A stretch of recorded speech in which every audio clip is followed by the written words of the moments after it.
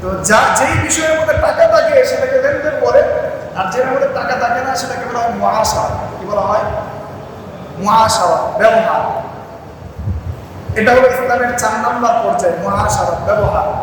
যে বড়দের সাথে কিভাবে ব্যবহার করবেন, ছোটদের সাথে কিভাবে ব্যবহার করবেন, বাবার সাথে কেমন ব্যবহার হবে, ছেলের সাথে কেমন ব্যবহার হবে, স্ত্রীর সাথে কেমন ব্যবহার হবে, এটাকে বলা হয় মুআশারা। কি বলা হয়? মুআশারা।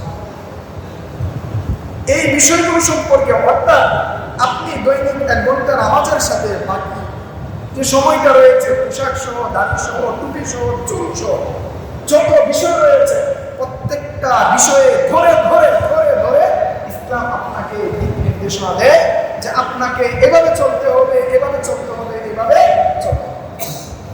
ইসলাম কি দেয়? আপনাকে আমাকে কি দেয়? দিক নির্দেশনা দেয়।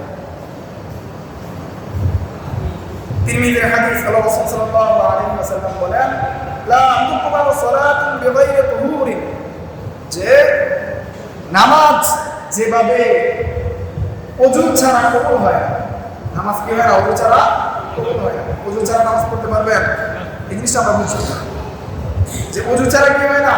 নামাজ হয় না। এই বিষয়টা আমরা কি সবাই বুঝি না? আল্লাহু আকবার। অপরঞ্চে আল্লাহ রাসূল সাল্লাল্লাহু আলাইহি ওয়াসাল্লাম বলেন, ওয়ালা